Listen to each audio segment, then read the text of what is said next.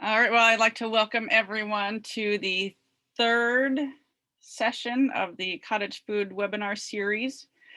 And I think, Lorinda, if you want to go to the next screen.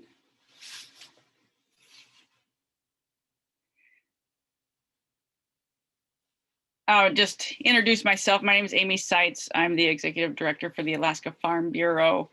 And this series that we've been doing, the Cottage Food webinar series, the Farm Bureau, Robbie Mixon with the Food Policy Council and Farmers Market Association, and then also our friends over at the Department of Environmental Conservation.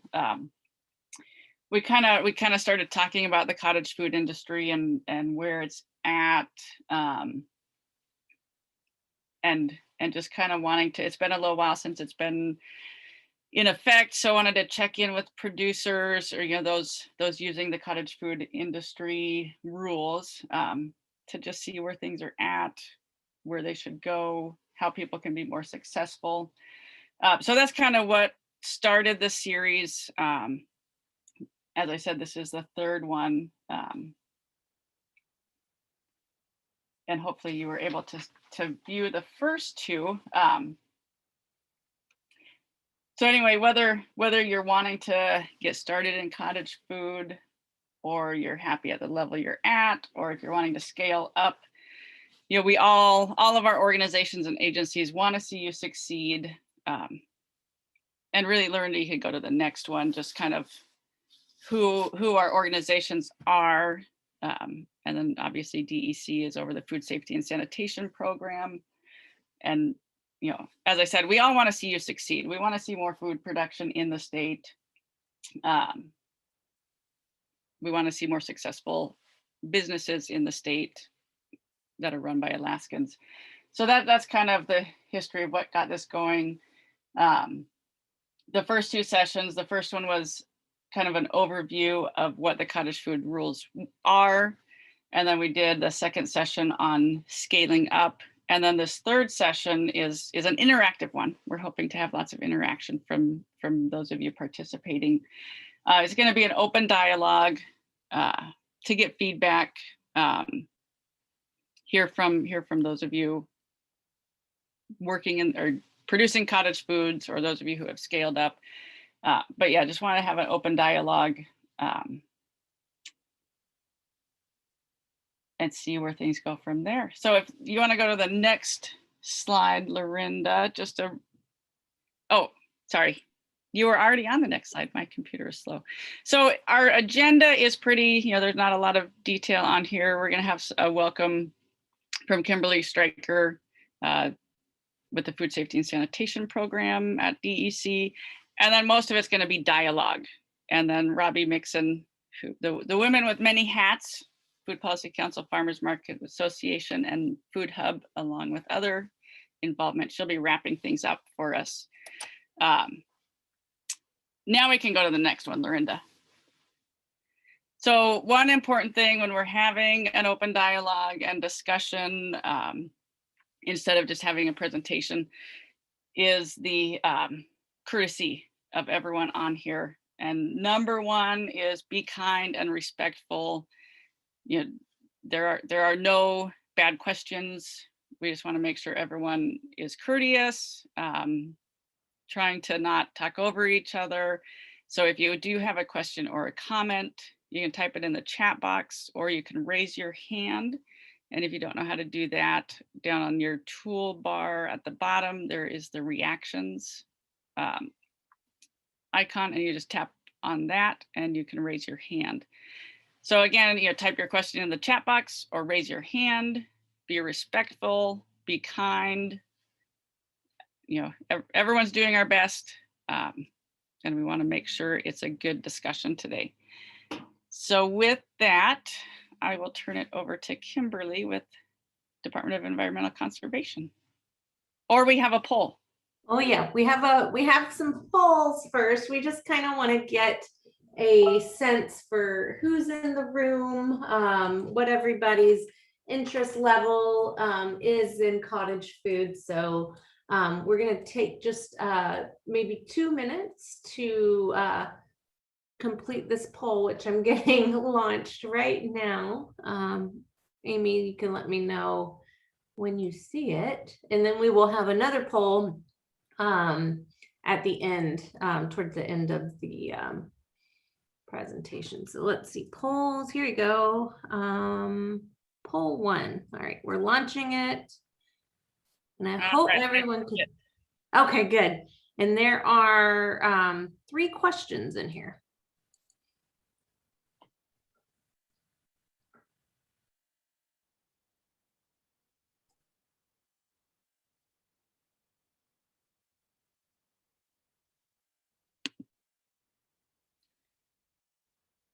Are people able to make selections? Oh, there we go. We have them coming in. Looks like, oh, this is working. They may need to click on polls at the bottom of their toolbar if they're on a desktop. We got some folks rolling in now. 6 out of 18, and then probably 6 of us are co-hosts. So we'll give it 30 more seconds, because it looks like we have just a couple more people that need to vote.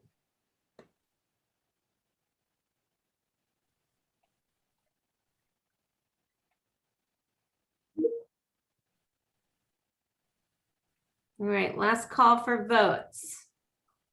Or not votes, but poll responses. Okay, I'm going to go ahead and end the poll, and we can share out the results. So a lot of people are here just for the information. Some are potential cottage food producers, getting more info.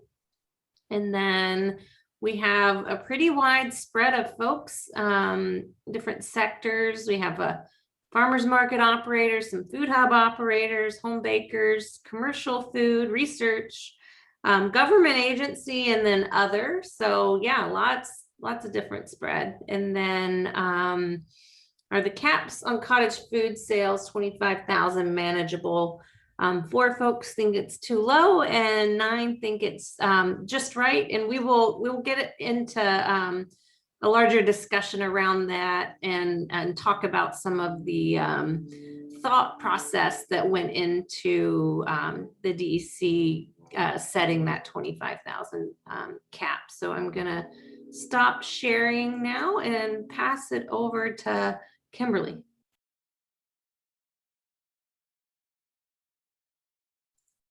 Good morning, everybody. Welcome. I'm glad that you could take a little portion of your day with us to share your thoughts and learn a few things about cottage food. And we're here to listen to you, and we're really excited that you're here. I've been with the Food Safety and Sanitation program since 1999 in a variety of positions, and I've been leading the program since 2011. And that was around the same time that we were putting into effect the cottage food rules, the parameters under which people could operate without having to get a permit from us and be a permitted facility. When this was coming about, there was a real push around the United States for to allow for lesser requirements for folks who wanted to get their foot in the business, but they didn't necessarily have the capital, or they weren't sure whether they would do well. So they wanted to kind of, put their toe in the water, so to speak. And there were a lot of people who were talking about having the ability to have value added farm products to really support a local foods movement, which really sort of grew legs, I would say, within the years prior to our state implementing the cottage food rules. When we considered what was going to be in the rules, what the parameters would be, we went through a public process at that time, as we do with any kind of regulation project. And the things that we were trying to keep in mind were our own limited resources and what we could do and what we couldn't do. We very much base our program around risk, and we base our priorities around risk. And we currently have all around the state of Alaska about 14 staff who carry a full workload to do food inspections and other things. And if you'll go ahead and go to the next slide, I can talk a little bit more about that. So this is just a little bit of our mission. You saw the missions for our co-hosts, and we're really all in the same boat together. We want to make sure that your customers are repeat customers and that the public is safe. The public has an expectation for safe, honestly presented food, and we do our best to ensure that that's exactly what folks are getting. Next slide, please. So when I talked a little bit about our staffing and our resources, I want you to know sort of the depth and breadth of the program. In addition to retail stores and food services, which is what people most associate us with, we also have a statewide program for food processors in Alaska. Of course, this is mainly seafood processors, but we have a growing number of processors who are doing all sorts of different foods, and they distribute them wholesale. We also have a mollusk and shellfish program. We certify waters, growing waters. We certify dealers so that they can sell Alaska grown mollusk and shellfish in the state. We oversee warehouses, and something that you probably wouldn't expect, we also inspect body art places and pools and spas. We have a statewide program with the exception of retail stores, food services, and aquatic facilities. Those are managed if you live within the boundaries of the municipality of Anchorage. Those things are managed by the municipality of Anchorage's Food Safety and Sanitation program. They are the only jurisdiction in the state who has their own program. We provide those direct services elsewhere throughout the state. Next, please. So Amy had a little bit on this series, and we've been very thankful to be able to partner with the Farm Bureau, to partner with the Farmers Market Association in Alaska, and also the Food Policy Council, for which we are active participants. So we wanted to make sure, we've been hearing for some time that people were interested in us opening up the cottage food parameters and perhaps making changes to those. And so what we wanted to do first is make sure that people had a pretty solid understanding of what the rules were currently, what they are. And we got into that quite a bit in February of this year. And then next we talked a little bit with people about scaling up, and we brought in folks who could offer their services to people who are thinking, I'm doing great as a cottage food operator, but I really want to take the next step. I want to wholesale my product. I want to open a storefront, those types of things. And that was a great session. There are so many resources for small businesses, and in particular, small food businesses in Alaska. There are a lot of supports out there for folks. And then finally, we're wrapping up this series with our listening session, where we want to hear from you about what you think about the current rules. Is there room for change? As I mentioned, they've been in place about 10 years. And have things changed? Do we need to change with it? At what, really the quintessential question here is, at what point does a cottage food become a permittable food service, a food business with a storefront, or with a manufacturing facility that's dedicated to that? Next slide, please. So before I hand it over, what I'd like to do is I'd like to talk with you just a little bit to make clear about what it is that we're talking about today. So if you are thinking of opening a business within the municipality of Anchorage, or you are currently doing business in the municipality of Anchorage, then you may know that there are different requirements from the muni. They're different from state requirements, and that is completely okay. Today, we're going to talk about those things that can be changed potentially at the state level. So this would be Wasilla, Fairbanks, Soldotna, Craig, Kodiak, Ketchikan, Kotzebue, Nome, any of the communities outside of the municipality of Anchorage. So if we can keep our conversation focused on that today. Unfortunately, Darcy Harris with the municipality of Anchorage was not able to join us today. She had a conflict. If you know what's going on, there are a lot of changes that are happening with a new mayor. So I'm sure that she's quite busy. I did see that Jeff Hickman is on the call today. Jeff, did you want to say a few words about Anchorage program? Well, can you hear me okay? I'm actually in my office today, so I don't know if all this tech works at my office, my actual office. So right now, our rules are basically the same as the state's rules. It's just that we require a license proactively and require the testing to be shown to us up front. So that's really the only difference, whereas the state only asks for it if they find you. So so that's really the only differences in our two things. All of our approved foods are the same. Everything else is pretty much identical.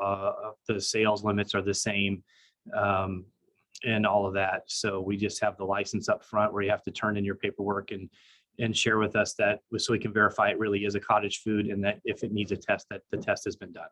So that's really much about the only differences. Thank you so much, Jeff. I'm glad you could be here today. Yeah, and Jeff, I talked to Darcy, but did you just want to give a little update about your new ordinance too for eggs? That's not really cottage, but yeah, we've always regulated eggs at retail. No, we've never regulated eggs at wholesale, not since DEC took over all the wholesale operations.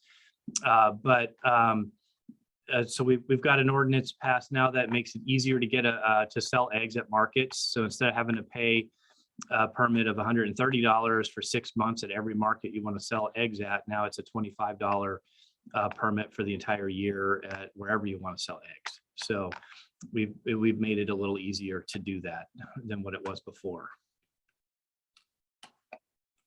And I know that's a little different than what the state does.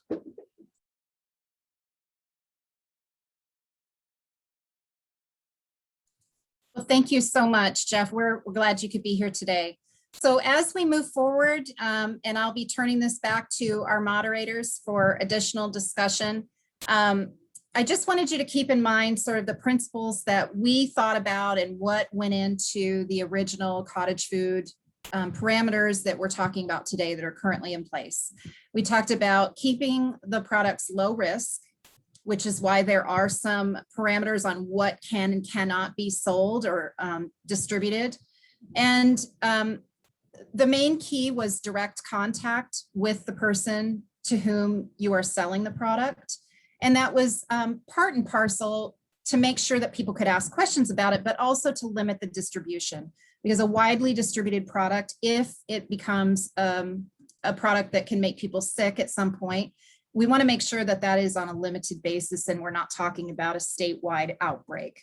So those were the things that we thought about as we were developing the rules. And we also kept in mind equity with the businesses, the other small businesses who are permitted food service establishments, and they are food establishments that need to follow rules, the rules that are in place to have smooth, easily cleanable equipment, and to get a permit, to go through a plan review, all those types of things. So those were the things that we kept in mind. And with that, I think that it is time to pass it to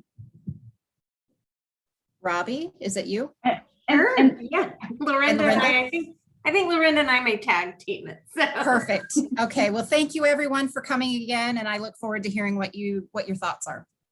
Thank you, Kimberly. Yeah, just a reminder, we're going to keep this discussion really solution focused. So if there's something you don't agree with, we'd love to hear why and what you would like to see. We're going to be kind and polite and respectful and know that this is a really awesome opportunity to provide direct feedback to folks that craft these regulations, and to look at the DEC as a partner and not someone trying to limit our fun or our business opportunities. They just want to keep all Alaskans safe and healthy. So let's go to the next slide, Lorinda. Okay, this is just a little reminder on how to use your technology. There is a chat feature. So if you have a question, you are more than welcome to put your question there, or I know it'll be hard to see anyone raise their hand with us presenting. So I think with such a small group, it would be okay if you just unmute yourself to ask your question. We thought we'd have hundreds of people here. Just kidding. It's July, or almost July. So, and that's why we're recording it, so folks that weren't able to participate can watch this later. So you can see in the left-hand corner, you have a mute and unmute button. Also, your video is right beside it. So if you want to show your beautiful face, you're more than welcome to do that, or you can stay hidden. So just a quick technology overview. Next slide. Okay, so we just, the way we're structuring this, we're going to go through each of the 7 main features of the cottage food regulations. And just to review them, all cottage food must be made in the state of Alaska. You have to maintain documentation of the recipe or formulation, and have detailed knowledge on how it was produced, what possible allergens are in there, that sort of thing. It needs to be labeled with your business license or address, and also have the statement, these products are not subject to state inspection. They have to be sold directly through the consumer in Alaska. So you can't ship your beautiful macaroons over to Wyoming and get paid for it. And then your sales must be less than $25,000 a year. So we'll go through each of these, have a little conversation. You know, some of them may be more exciting than others to talk about, and we'll just see where we go from there. So just wanted to see if anybody had any questions right now. Feel free to unmute or type them into your chat. We have Amy and Megan are going to be watching the chat for us. So chime in, you two, if you see something we're not seeing. This is just a beautiful collage of all the different kinds of cottage food out there. You can see there's fermented stuff, baked goods. Looks like there's some delicious root chips down there. Really foods that are low risk due to either how they're prepared or the sugar content, things like that. I know Lorinda may be able to explain that a little better than I. So if you have anything to add. I just think that just a reminder that these are what we call non-potentially hazardous foods, or the other term is foods that don't require temperature control for safety. So just means that their risk is lower. It doesn't mean that they have no risk, but you don't have as many hazards associated with these products. And that was intentional, since the facilities or the people that do this aren't required to have a permit. And I know, like Robbie, like you probably see, because you're a farmer's market manager and, you know, doing the food hub too, that there's a lot of creativity in the foods that we see in the state that are done under cottage foods, and always new products and things to consider. So, I mean, feel free to type into the chat some things that you might have seen that I know Julie Cassio, you're on, you probably, Julie and Sarah Lewis are both on from Cooperative Extension. And we really appreciate it, but I'm sure that you both have seen a lot of interesting things too. Yeah, no, I you know, having worked at a farmer's market for 10 years, I know I'm still to this day emailing you guys and saying, is this a cottage food? How do we think about these things? So yeah, tons of creativity and tons of awesome micro businesses that have been allowed through these cottage food regulations. And I see like just one question from Sarah already, just about the honey, because we have it on here. It's what's interesting about the honey is that we have a separate exemption just for honey, for raw honey product. And we don't, so people can distribute honey and wholesale it if it's as long as they're not adding any flavors and it's a raw honey. And so a lot of times if they're adding flavors or making, those are still would be considered cottage foods because of the high sugar content, unless they've really done something to change it. So again, if you remember back to our other webinars, the water activity is what we're usually talking about with a sugary product. And so honey gets to be exempt in a couple different ways. And I hope that helps, Sarah. Sorry about your construction season. They actually just stopped. I can talk for a quick second to be a little bit more specific. Sure, go ahead. Yeah, so what I'm actually talking about there is, I'm also thinking about this in terms of not just the regulations themselves, but what kind of information that you put out there on your website. So that, I was just saying that is one that, it might be good if we put together a little fact sheet or something that's specific to honey that they can find in those like extra resources. And I'd be happy to help with that, of course. And because that's one that I've been getting a fair number of questions about, the difference between raw and flavor added honeys and what that means in the cottage food realm. Yeah, well, thanks for Sarah for bringing that up. And that just is another reminder from I see a lot of participants that are on today are academic partners too. And it gives us an opportunity to talk about where we need to do more outreach too, and how we can enhance our outreach. If we don't change anything, what can we do to make it easier for people to understand and make sure it's transparent? And we've partnered with Cooperative Extension on several publications and look forward to many in the future. Let's see. Quick question, Lorinda.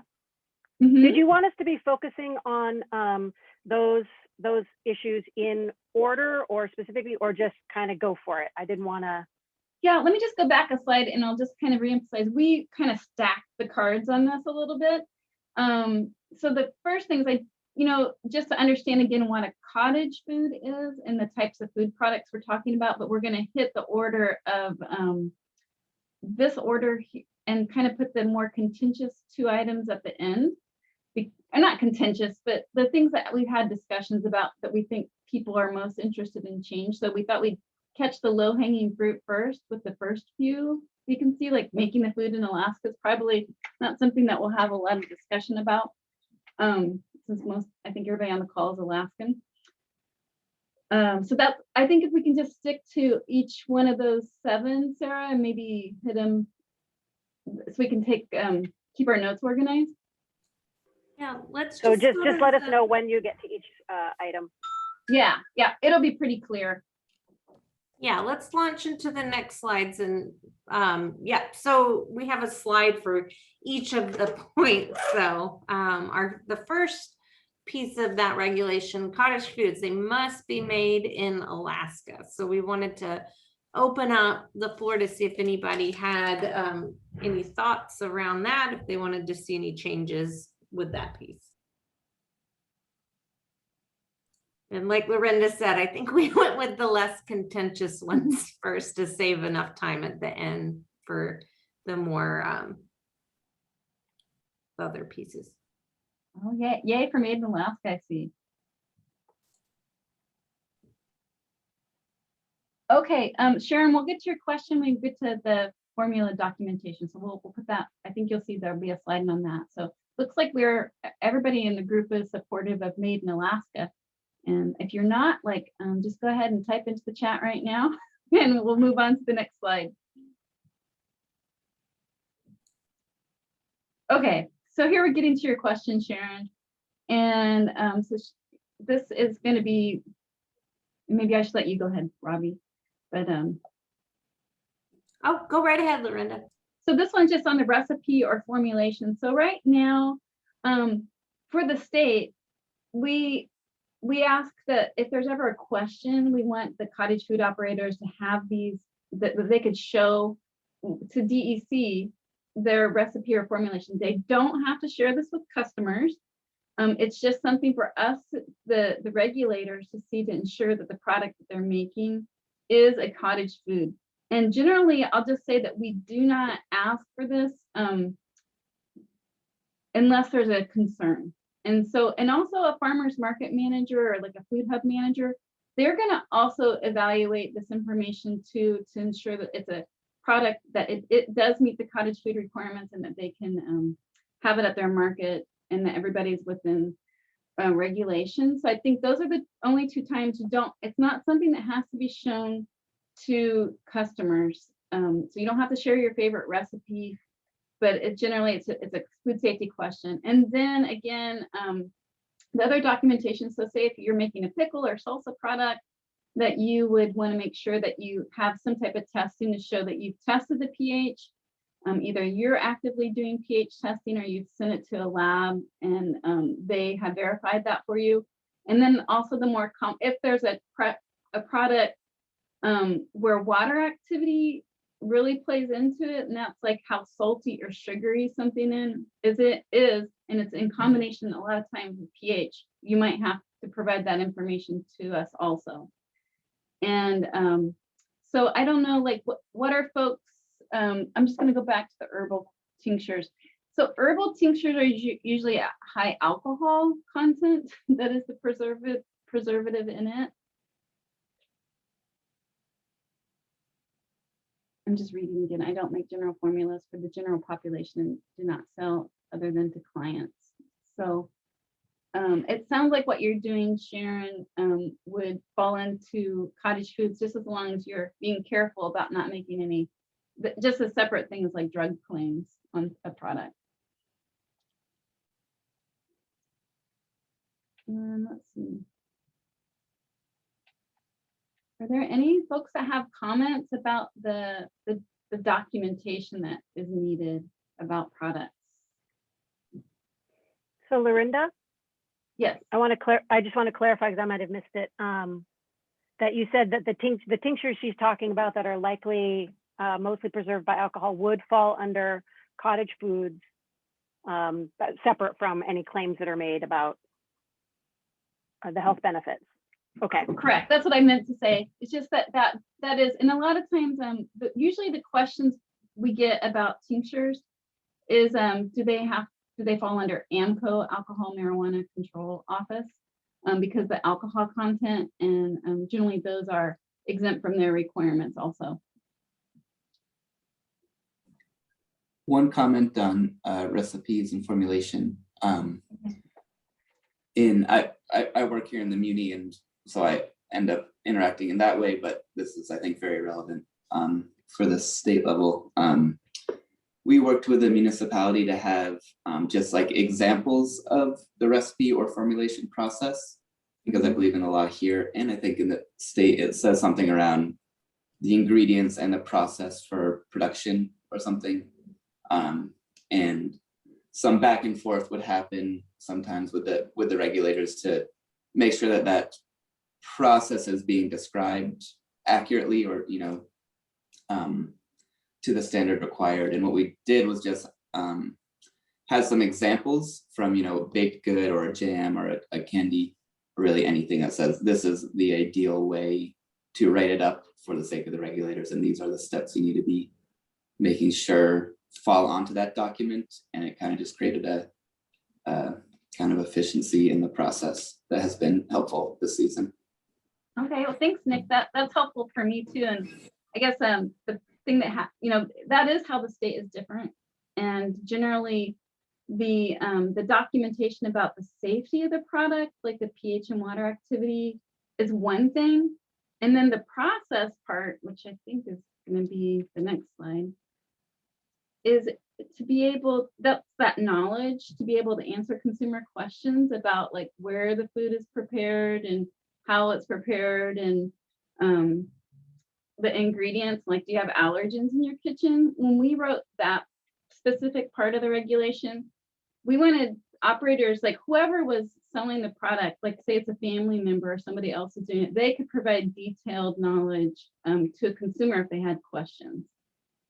And that was the intention of that part. So one was like the safety, and does the product meet the requirement of a cottage food, and the other is to answer consumer questions. But I do think that's great, and maybe we could enhance more if I'm understanding you right, I think the only place we address the process is in the home-based food publication that we did with Sarah, and cooperative extension. But I just want to make sure I'm understanding you correctly on that. Yeah, I believe so. That resource with the cooperative extension is really excellent. And then, yeah, they essentially link to like a few little how-tos and infographic style pages on the municipal website that have been helpful in just knowing like, oh, okay, this brings clarity to the little things there. Okay, yeah, and that might be helpful for operators to know, like, also information to share if a consumer ever has a question too. Absolutely. Let's see. Were there any other things too? Like, I think it seems like a lot of questions are just maybe about, or recommendations around clarity of resources in this area. As far as the recipe or formulation.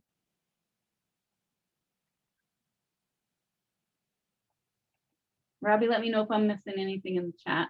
No, I think we're good, Lorinda. Okay. I did forget to say who I am, but I'm Lorinda, and I'm on the Alaska Food Policy Council Governing Board, but I also work at DEC with the Food Safety and Sanitation Program. And I'm one of the section managers, and I think I know most of the people on this call, although there's a few people I don't recognize. I guess one thing with the pH is either the sending into test or going into offices. I think that's worked for people, or through personal networks, people have access to the high quality pH testing kits. And I guess it'd be interesting if, especially with the ability to like document on a phone, to just use the simple testing strips, or if there'd be any room to be thinking about that. Yeah, and that's one thing we've found with the test strips is sometimes they're not as accurate. They'll get you in ballpark range, but sometimes for safety, they're not close enough. And when That we're makes talking sense. about Yeah. a food that the control for Clostridium botulinum is pH, like you want to be sure. And it's probably good that people are checking it with every batch, that they make, so they don't just test it once. If like you're making something like pickles, you probably should be checking it frequently, more than just having a lab test it once for you, if you really want to ensure the safety of that product.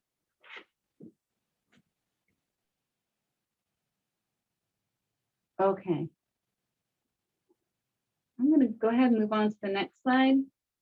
And again, this is what we're talking about. This is knowledge. And so that the person that is selling the product, whether it's the person that made it or their family member or whoever's helping them sell it at the market or at the sale location, that they're knowledgeable about the product and they can answer consumer questions. And we felt like this was kind of like the know your farmer, know your food type of thing, that if people could ask the producer questions, and that you always have somebody knowledgeable selling the product. Didn't know if anybody had any issues or concerns with this portion of the regulation. Because this was something that actually got discussed quite a bit when we first wrote the regulation.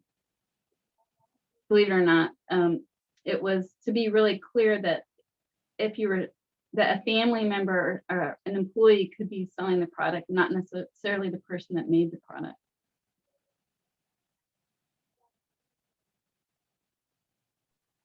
Lorinda? Yes. So one of the things that sometimes comes up in small communities, at least down here in Southeast, is the selling through a third party, like a local grocery store or local co-op, when we're talking about really small communities. And that can sometimes be a question that people have. Well, if the person who owns and sells things from that store, sorry, dogs, has all of that information, why can't they do it? Even though we have the can't sell through a third party. So that's just something, just letting you know, that's something that comes up that as a bit of a gray area for some folks when we're talking about very small communities. Right. Yeah. And I think we actually see that throughout the state is maybe even permitted markets not realizing that they can't sell the cottage food because the product can't be on consignment. Because again, it was intended to be direct to consumer. And the direct to consumer, we're going to hit on here one of the last couple. So maybe we can go into more discussion on that slide, Sarah, too. But you're right, it does tie into that not, like if they're saying that other people have knowledge and they could educate them. And that is something I would just say that's also been through the food hubs also. That's why we have the variants for the food hubs, is because they're putting product on what would be like consignment or a market. And they're getting food from what we would consider an unapproved source for a food establishment.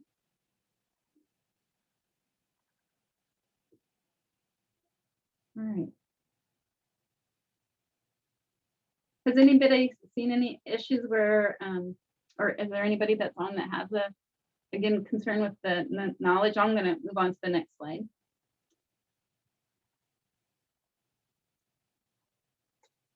All right, so again, one of the things that, because it was a consumer transparency with the cottage foods, is that there's a requirement that you either have you can do one or the other. A person could either put their business license on there, or they could put their name, physical address, and telephone number. And the sole purpose of this requirement was so that if there was ever a complaint about a product, it could be traced back to the person that made it. And to say if there had, if anybody ever got sick, we could locate them and help educate them so that they could change their processes. And so there was a lot of discussion when we initially did these regulations that people didn't want to put their addresses on their label. So we're like, well, the other thing you could do is put a business license, because if you have that, we could search up on the business license database and find information about the person that made the product. So does anybody have any recommendations for changes to this, or concerns with how we've done this part of the regulation? I wanted to add, Lorinda, this is Robbie, for our cottage food labeling for both the Homer Farmers Market and the Alaska Food Hub, we add a list of ingredients like on the actual label, and we also add any information about storage. We had a situation where someone bought some kimchi and they put it in their pantry and it exploded everywhere, and they just weren't aware that it had to be refrigerated, or you would end up with explosions and lots of activity. So we just, I know that you guys don't require it, but we have found that it helps mitigate some situations. And then we also put on there the weight of the product, or if it's an 8-ounce jelly or that kind of a thing. Yeah, and I thought that was a really good thing, because the variants for the Alaska Food Hub, and it sounds like you're doing that for your market too. Like we've seen market managers take things a little bit, like they understand what consumers want, and a lot of times they understand also like complaints that they might be getting to, where we might not hear that at the state level. But the two food hubs that currently have variances from us do provide complete labeling, and so they're adding that additional protection with that variance. And I see Kodiak, another potential food hub, is on too with Tyler. So just like I know I don't think we've seen a lot of issues with this at the state level as far as compliance, and but it would be nice to hear from Sarah if you've seen anything from the operators that you talked to, or Nick. In terms of not either having comments on the labeling? Yeah, the labeling, that they either have people had concerns with having to put their either business license or their name, physical address, and telephone number. No, that's never one that I've had anybody. They have questions about exactly how to do it and what needs to go on it and stuff, but as soon as they understand it, that's an easy one, and they have no problem in my experience. I think that what helps is that you kind of put that as like a marketing thing for them too. you know, like you're like, hey, this is how they can find you again. We see a lot of our cottage food operators develop beautiful labels for their products. And like they just look very professional and the people know how to find them again. Yeah, and this is the one where it can also be displayed as a large placard on the Correct. booth. Right. So that's an Mhm. important Yeah. one for if someone's making a lot of one product and doesn't have access to making individual labels, they can always have Yeah. Thank you, Nick. You should come work for us. it. We work together. I know. I just like my brain gets a little blocked during these, but yeah, the people can either have a placard out on their table, and we'll see the other requirement where you can either have a placard or a label right on the product, or sometimes people will make pamphlets too about their products, or maybe they talk a little bit about their farm and do some promotion around it. So we have not received any real negative feedback about this requirement. So here's Robbie shared. You want to talk about this a little bit, Robbie? But you want what you have here? Yeah, so this is what our Homer Farmers Market, we create these placards for our cottage food folks, just so we make sure that they get, you know, the code correct and the exact verbiage right, and that they can have space to put in either their business license number or name, address, and phone number. So people have access to that information. And we found that by go ahead and making these cards, we laminate them for everyone, and we also bring a Sharpie around so people have the tools that they need. You know, like Nick mentioned, maybe they don't have access to this information or a way to create the placard themselves, but this just ensures that it gets done. And I'm happy to share this with anyone that wants it. We will be putting it in our farmers market toolkit that is in production now. So it will be available to everyone. And Thanks, then what Robbie. we do, we either have, this is specific to the farmers market, we have them list out the ingredients either on a placard right on the table where everyone can read it. And if they do have the capability to put it on every product, you know, that is definitely preferred. And then for the food hub, they listed on their products and also in the online product listing as well.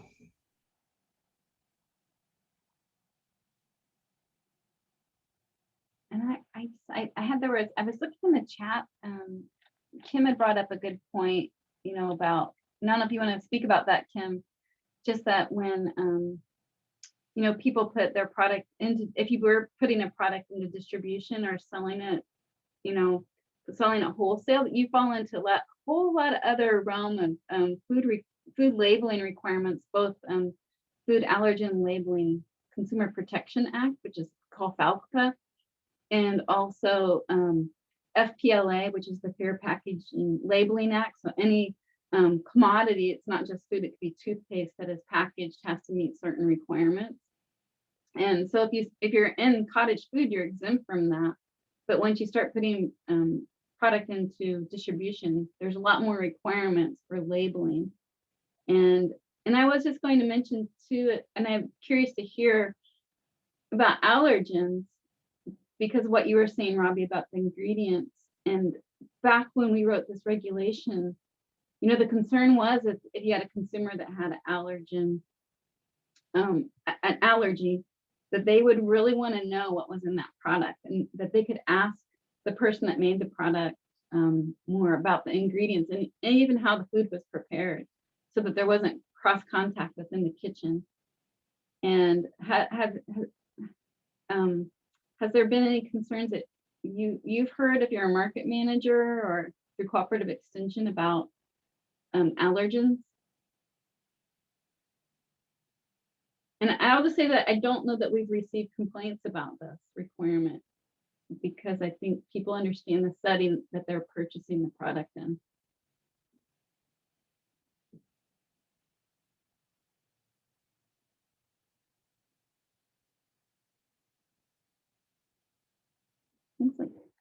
Looks like there's still a lot of discussion about honey. Is that what I'm seeing? Let's see. Brian's putting some good links about some differences around the country and honey laws.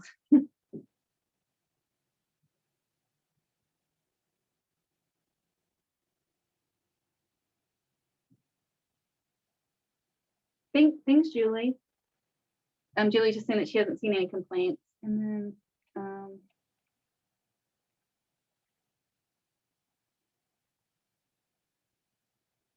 oh, thanks, Sarah. And Sarah's probably got construction noise again, but just the knowledge of cross contact, like with allergens, we call it cross contact, not cross contamination, is the reason that they dissuade folks from selling through third parties, because you need to be able to clearly communicate that, and also I'm guessing to ask questions about how the product was made, because in a manufacturing facility, there's a lot of controls and good manufacturing practices that are placed to ensure that if like the product, that it doesn't have an allergen, and that the labeling really speaks to the allergens in the facility.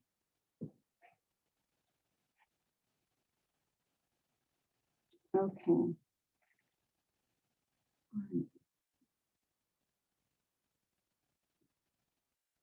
Oh, and then Julie, did you say you just saw some issues where they added where other allergens were added, or you've seen issues with labels where maybe they forgot to add an allergen that was in the product? Oh, no, I've never heard of them forgetting that part, but there are people who have allergens who wish that there were more allergens added, allergen information added. So it's different. Yeah, I'm curious, like Robbie, have you guys heard much about that through the Food Hub? Questions about allergens, or people, consumers with allergens? We have, we do have a few gluten-free customers on the Food Hub, and we offer, there's a couple bakeries that focus on that. So we're pretty clear that, none of these facilities are gluten-free certified. So these are home kitchens. So beware, if you have questions, here's their email, here's their phone number that they have listed. Contact them before you, go and hurt yourself with any sort of allergens. But we haven't had any sort of issues around cottage food at the market or the Food Hub for the past 10 years. So I think that just because we have a nice small group for the discussion is that it is good when you limit it. When it is cottage foods, I'm just going to say is that I think people that have allergens, they're educated enough to know when they should have doubts or questions, and they won't buy those products a lot of times if they don't think there's clear information. Just knowing what my daughter had severe allergies when she was younger, I was really careful about where I purchased things because of that. Okay, well, I'm going to move on. And here's where we get into a little bit bigger topic area, and where we have had feedback about potential changes. And this is the producer to consumer, and the requirement that it needs to happen that the producer is there to provide the food to the consumer at some point. And that we say advertising is okay, but no internet sales, like that the transaction can't happen, like using an internet sales method.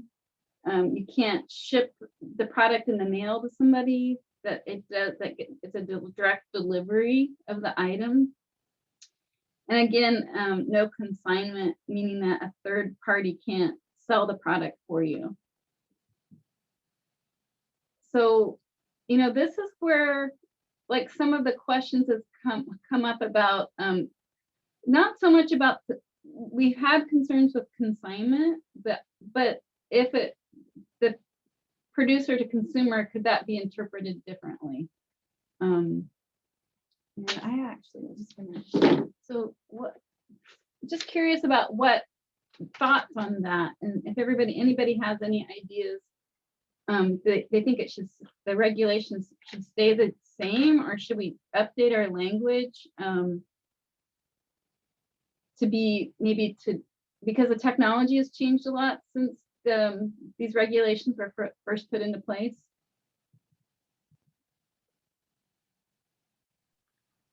I think just info for folks about the food hubs as a potential, variance to the handing it directly to the consumer is a good thing for some folks to have if they have that as a resource. Yeah, and I know you I work don't know with if that's them. something.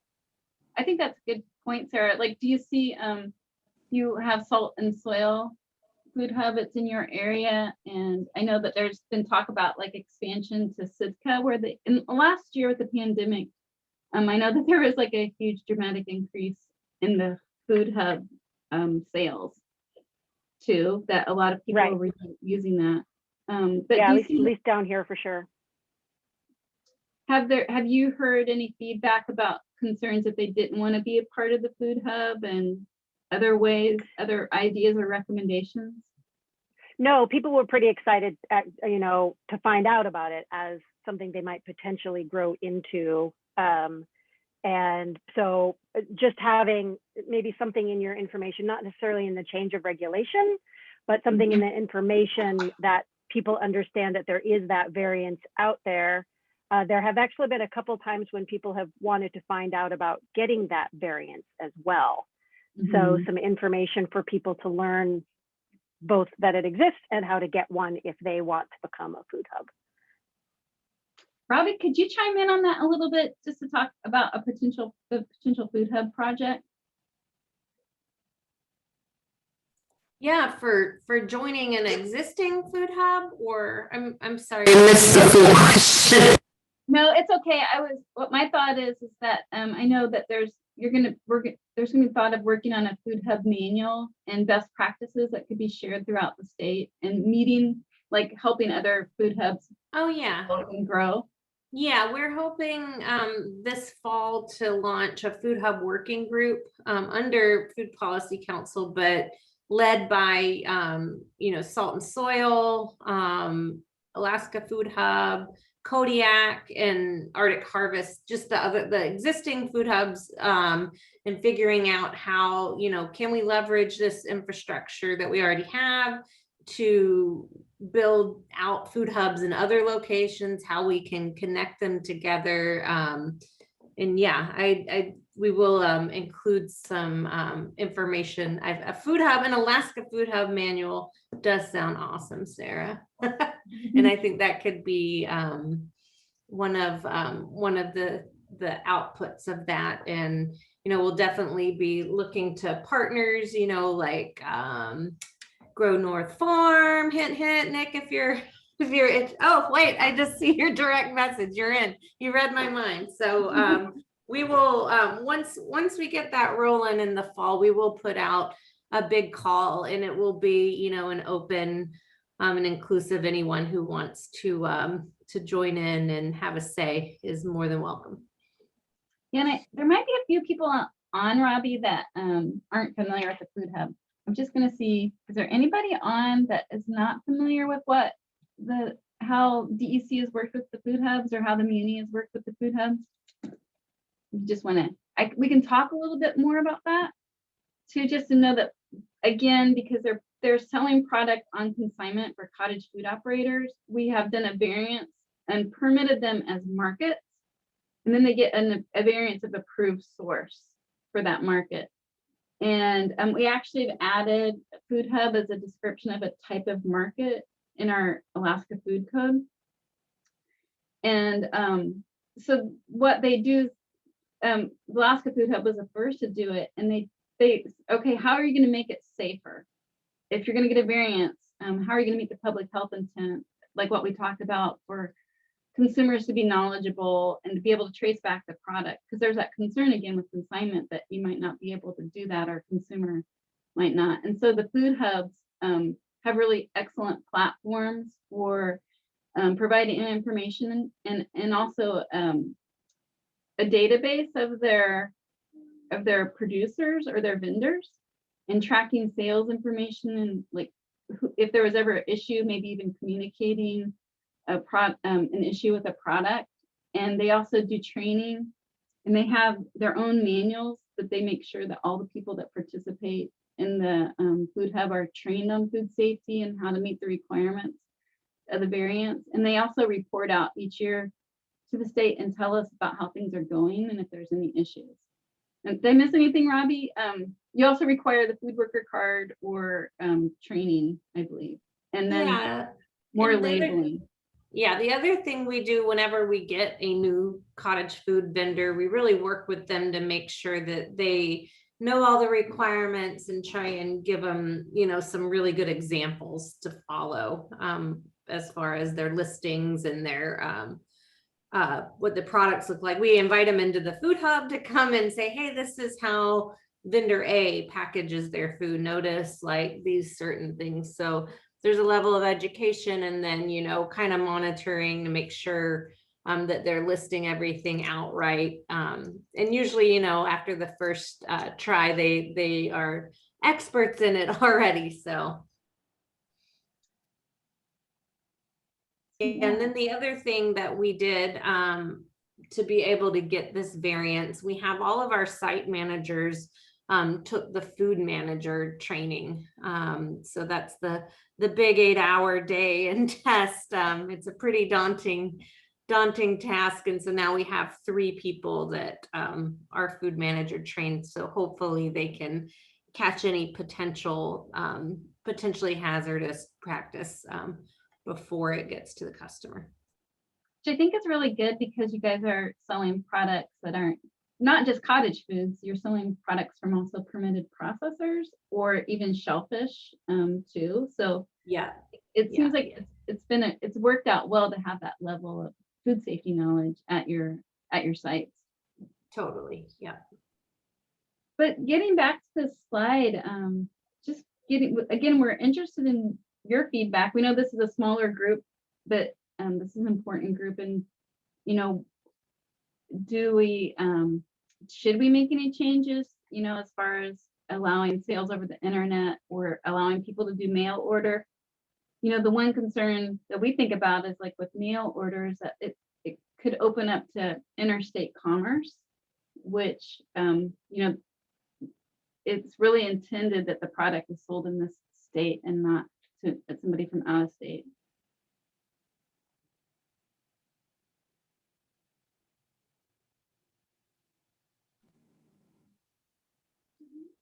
I don't know, Nick, I see your video, but is there anybody, I'm not seeing anything in the chat about concerns with this portion of the regulation as it is.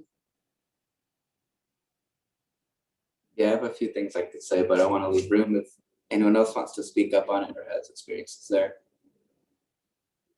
I think you should just go for it. Sure.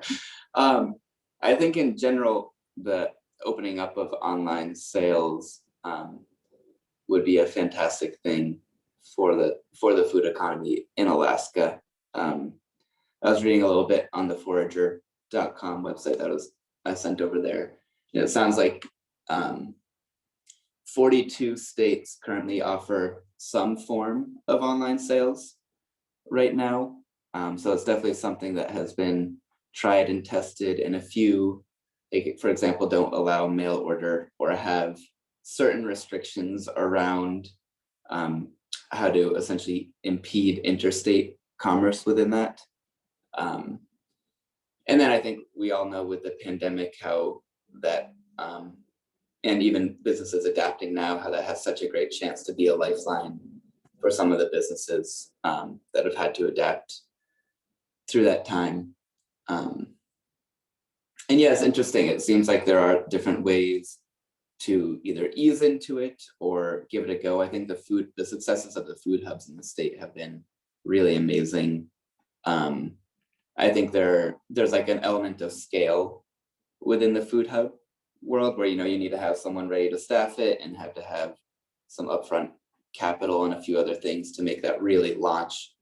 But either connecting more people with food hubs or just allowing more online sales. One thing I guess that's neat, I was reading about California. I believe they have kind of like 2 tiers and not trying to like make any of our stuff more difficult for anybody. But it sounds like they have a class A and a class B cottage food producer. And the second tier is someone who is allowed to do more different types of sales. And the difference there is that they'll have a home kitchen inspection and have a few other like small pieces of regulatory overhead to make sure that that operation, if it's more accessible, if they're allowed to meet more customers in different ways, that they're being regulated a bit more strictly. But it definitely is something that would be exciting and could open up some fun doors for folks. I think it'd be good to brainstorm about like those additional safety measures, like you said, like in California where they have the other tier of, and I think some other states have that where there's inspection involved, and possibly I think, you know, the muni too. One thing is just, we have 14 field staff in our state, and just to be put it out there, and maybe Tim could speak more to resource issues, that it is a challenge for us. We've tried, the reason that we also made these regulations is to decrease, like to allow a low risk activity without having to provide additional capacity for the activity. And that's been one of the cool things that we've seen, that bridging happening with the food hubs, that they're able to provide that oversight. So I think that it might be good to have a conversation or brainstorming that if we did some type of expansion on the type of sales, could there be additional food safety and interventions that could be put in place to help keep it safe too? And I know, Amy, I think you might have had some ideas when we talked before, put her on the spot. But if anybody had any, have you had, like, what are some other ideas that wouldn't necessarily, unless we got a big, huge budget increase, where there could be, we could ensure a safe food product in the state. If we Yeah, had, which the thing we were talking about earlier was, you know, looking at opening up, whether it's online ordering or, you know, opening up the customer base and adding some additional requirements, like requiring the food worker handling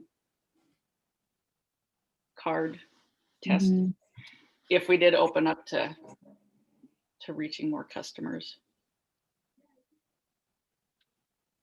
Right, and I think it's been interesting. I think having the ServSafe manager regulating the food hubs has been a really smart move, you know, to make sure people have that level of expertise, the 8-hour course. And you could almost have something similar for, hey, if you're trying to do online, we really need to make sure you know your stuff. You got to take the 8-hour just to ensure that level of safety.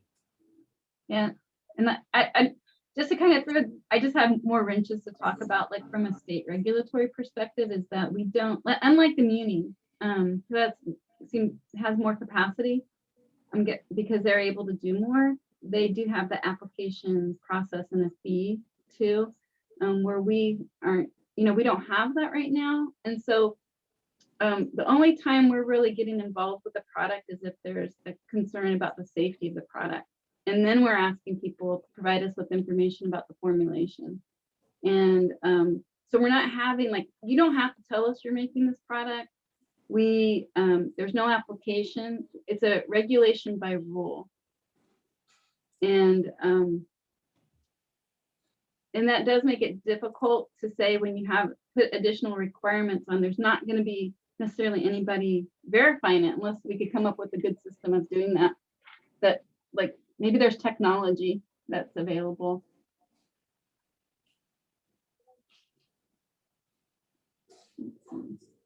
Looking at the comments, Jeff was just talking about, and from the muni perspective, is that when you limit it to direct to consumer, it maybe keeps the business somewhat smaller, or it has its own natural limitation in sales. But that might be, that's our last topic, is the $25,000 cap too, because Yeah, that's so this is Jeff. Yeah, you know, kind of when you have to sell stuff in person, it keeps your business at the, you know, the level that we consider a home-based business at a cottage food. Because once you start getting into high high volume, high production, high profit, like you can mail it everywhere, then all of a sudden your market base is the entire state or the entire country, if that's allowed, then it would be super easy to go above 25,000. Then all of a sudden your kitchen is a full scale food production right next to your cat and your diapered baby. So, which is what we want to avoid. And when you start getting into that, then you need to become an actual permitted processor or wholesaler or vendor and get a permitted, commercial kitchen and go under the same process that anybody else doing the same kind of thing already has. So, so that's kind of, I thought, was the whole point of the cap, was to keep the business small so that the home kitchen would be usable. I think the other thing, Jeff, about the direct sale though, is that I think what we saw a total shift in thinking is that there was last year, like a lot of markets were shut down or they had limited capacity to what they were able to do. And I think people kind of started to think about a little bit different.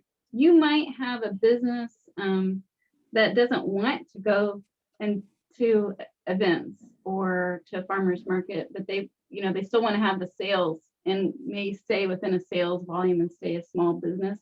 They just are selling the product in a different way.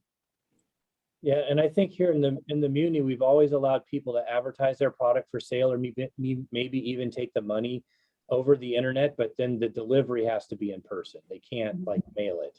So so the actual transaction where the food goes from one person to the other is an in-person transaction. So in that regard, the internet is already in play, and I'm sure other folks are doing that outside the Muni, where they sell it online but they deliver it in person, or they have a pickup point in person. And that's kind of where the hub comes in, except the hub is the same. It's a third party. It's more like a consignment, closer to a consignment than an in-person. And that's where the variance comes in. But doing that yourself, I don't think there's any problem with that currently, to use the internet to sell your product, but then you either have a pickup point or you deliver it and do it in person. That's how we kind of have it here. And I think there's been an evolution that probably needs more clarification in our guidance documents. And I'm just seeing if Kim is on, but that we've kind of come a long way since these regulations were written, and our guidance documents said no internet sales, but I don't believe that there's language in our current regulations that prevent the sale, but definitely they don't allow mail order consignment. Yeah, the way our code is written, which I thought we kind of copied it right out of your code, unless you changed it in the last couple of years, was that it said that all sales had to be in person, but we kind of take that as the actual transaction of the food going from me to you has to be in person. How you make the order or collect the money is not relevant. Yeah, we have sells the product directly to the consumer. Hey, Lorinda, this is Robbie. We have about 13 minutes left, so I'm not sure if we want to. We should hit the next slide. Yeah, sorry, I'm just checking on time. I think this is going to be the big conversation. So maybe we'll have our discussion and then we can launch the final poll. Okay, and I see that's 11:18. Thanks for keeping track of time. No worries. And then just in the meantime too, guys, I'm gonna post a link to a survey that we would love for you to fill out. It has some of the same questions, but we definitely wanted to capture them in the survey. There's a few more, and then there's a option to put your email in if you want to sign up for the Alaska Cottage Food Listserv. So thanks, Lorinda. Sorry to interrupt you. No, thank you. I appreciate it. I can get carried away.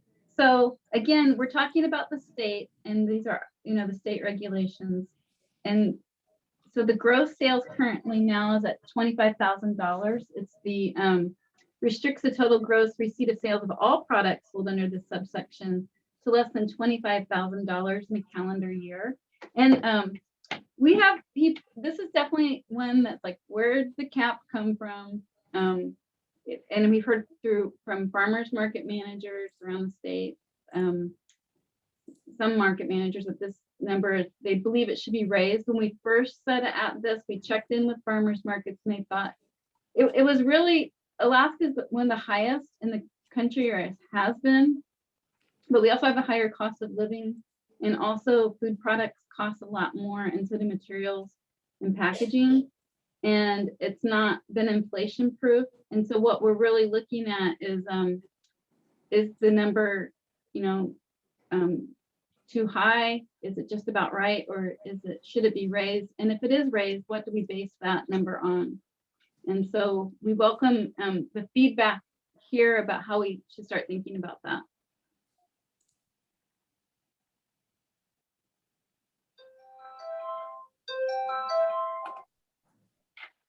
If you don't mind me adding something, Loretta, just kind of food for thought for everyone. This is Kim Stryker again. I think the quintessential question here is, at what point are you a permittable or should be a permitted food service? And, or a food process, depending on what you're doing. Because again, there is a population of small business owners who already have permits to do the things that they are doing. So that's kind of the big question. And, it's sort of difficult as a regulatory entity to say, well, this is the amount, because we don't know. That's why we need input from you. At a net of 25,000, what does that mean for you as a business? What does that mean for businesses who get permits from us? We'd really love to hear your thoughts. So, Lorinda? Yes. The thing that I've often heard from folks is when they start to get into that category of moving up, it's like there's this, they're ready to move into becoming a fully permitted food business, but that 25,000 doesn't give them sort of the period of time to be hiring folks, for example. They're not making enough product to make enough money to actually pay someone to help them, but they need to pay someone to help them, but they're not making enough, it becomes so there's like this, if you were to have the cottage foods category, and then you'd up to the 25,000, and then from 25,000 and above, you have the permitted food business. If there was this sort of overlap between 25 and 50, for example, that is like the growing food business, or I use the term the micro producer category that maybe is looked at, because I do know that there are some folks who, when they are growing, actually just have to be working contrary to the regulations for a period of time, and they try to do that for a very short period of time, but they kind of have to, and they don't like that, but it's because the amounts of money just aren't, that 25,000 isn't conducive to being able to grow.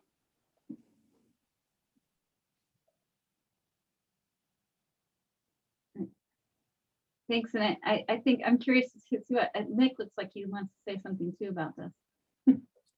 Yeah, I think Sarah's making some really good points there. And I think, I don't know exactly when the 25 was written in, but it does just kind of seem like a low ceiling for growth. And yeah, especially that is gross sales, because a lot of people have to invest a decent bit into their home food business before that doesn't mean that people are making $25,000 a year. Maybe they're only making a 30% profit margin, and they're really not sustaining more than a hobby at that point. And I understand the intent of, hey, we don't want full-scale food manufacturers working out of people's homes. But I think what we've seen is a few people who are working out of their home doing chocolates, for example, and then their business is growing. And essentially, once the business is overtaking a home kitchen, there's a real incentive for those types of people to get out and to get into, down the road. Sweet Creation Lollipop Boutique was someone who was operating as Cottage Food and then was able to make the jump, and now they fill the vacancy in a bricks and mortar here in the neighborhood. It seems like there's just, I think the intent of that type of $25,000 cap almost misses the mark simply because it is a little low. And then also just, again, looking at some of the resources, some states just don't have a limit, or a number of states don't really do a limit. Some are 250,000, some are 50,000. So there definitely is precedent if we want to be looking at certain states that we really like how they've done it, or frankly, states that have a similar amount of state regulatory capacity or budget, or however we want to look at comparisons. It does seem like there's room to be successful while lifting that, at least like the gross sales cap. And I just saw, just so you guys know, Robbie, go ahead for Robbie, but there's a poll right now that we've put up with this question too. So we can get everybody to answer that poll, it'd be great. We just wanted to re-poll now that we've had more time to discuss, and maybe you changed your mind about what you said earlier. Maybe you've been convinced otherwise, and we'll leave it open for just 30 more seconds. We've had 6 out of us have voted or not voted again, just put their opinion in. Nick, this is curious. Do you have any thoughts as to what a more appropriate cap would be based on your experience working with folks? I mean, I might advocate for no cap in a way that I feel like in some ways you're going to continue doing good if you allow people. I think growth and adaptation is going to occur before any real sales caps would be hit, or should be hit, if that makes sense. Like, people are going to grow out of their kitchen, and I don't think there'd be a ton of incentive, because also, like, some people who do cottage foods are operating out of churches or other community spaces that might not be a DEC permitted spot yet, or is in that space, but they work to find that clean, scalable space. But I do hear that there's reasons we want to regulate, and so it's a tricky one. I don't have the perfect answer, I don't think. Besides that 25 might feel low. Yeah, and there was hope, that we wanted, like Alaska MEP, Nick, which we've partnered, I think several of us have partnered with them. Also the Small Business Development Center, working with economists too. Because there's that thought that, like, I'm hearing with what Sarah said, it's the difficult bridging, which I would suggest that any business, whether it's food or not, is going to have that issue. You often see these growth things that happen with businesses in general, where they are making this decision to grow, and they're entering a risky zone as far as like hiring employees and maybe increasing their space or investing in equipment. And I do think it is interesting with most businesses, but food businesses being more highly regulated too on what they can do. But I know that it seems like we probably should have, I apologize that we talked maybe too much about one topic and we didn't spend more on this one. And certainly we're in a pre-drafting, we haven't drafted any regulations. We still need to do a lot more research on this topic with the sales cap. So Sarah Coburn asked the question, what is the burden of getting a permit? And in my experience, for a lot of people, it is what we've been talking about, is getting an inspected kitchen. And because those can, if you have to build your own, obviously that's going to be egregiously expensive, or purchase one, that'll be egregiously expensive. But since the cottage foods regulation was created, there's been a lot of movement in terms of what Nick was talking about, people working in inspected kitchens that they rent rather than having to have their own. So that has definitely helped a bunch to help people understand that they don't have to have their own inspected kitchen. But that can still sometimes be cost prohibitive depending on how much it'll cost to rent it, et cetera. So it becomes part of the high overhead that Nick is talking about when you start moving into an inspected kitchen. So it tends to be the kitchen. I think there's the perception of time. So there's actual cost and then a perception of time for going through the permit review, but that's something that people sometimes are able to move through when they really realize what the process is and that it isn't actually that onerous as long as they have that inspected kitchen. And so I just wanted, we are right at our time, and I'm sorry to cut this off. I think we could talk all day on this. And I just want to say thank you to everybody who showed up to have an honest and open and very respectful conversation, I must add. I did drop the link to our survey on there, and there is a question that says, you know, if you want to change the cap, how did you come about this decision? So like, what would you base that on? So I think that's really important information for the folks making these regulations to see. So please do fill that survey out, and we will pass all of that data over to Lorinda and Kimberly. This is our, to end, we just wanted to put in a plug for some upcoming events, March 18th and 19th. That's 2022, so we're not quite there, but definitely wanted to put a save the date for the Alaska Food Festival and Conference. It will be in Anchorage at UAA, and then we will have some sort of virtual participation as well. And then our next quarterly webinar will be July 21st, we think. We're still confirming speakers for that, but we're hoping to continue our transportation deep dive and look at the Ted Stevens International Airport project that's coming up. Next slide, Lorinda. And then Amy with the Alaska Farm Bureau, do you want to talk about this event? Sure. So the Alaska Farm Bureau, we always have our annual meeting in November. And this year for 2021, we're really blowing things up and doing a full convention and trade show. So 3 days at the Egan Center. We're hoping for a good turnout. Ag and food related vendors, as well as several rooms for educational workshops, breakout sessions. So keep your eyes out for more information on that. We're really excited, the Farm Bureau in Western Sayre, to be doing this first agriculture focused trade show and convention. Thanks, Amy. And I think we have one more slide. Yeah, so this is just a reminder that it is farmers market season. So if you want to find all the amazing farmers markets, all 56 of them now, that's the most markets we've ever had in the state of Alaska.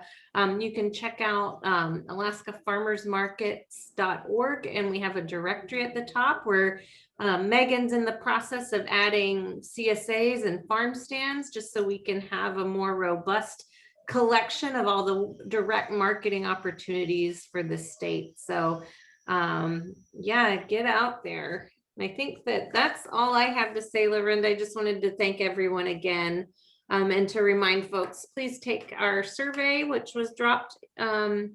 And then there is also information in that survey to join the listserv. And I will be posting all of this information in the next hour. So we'll be able to share it out with folks. And then there is a section in that survey if you want more workshops on cottage food or anything food, really.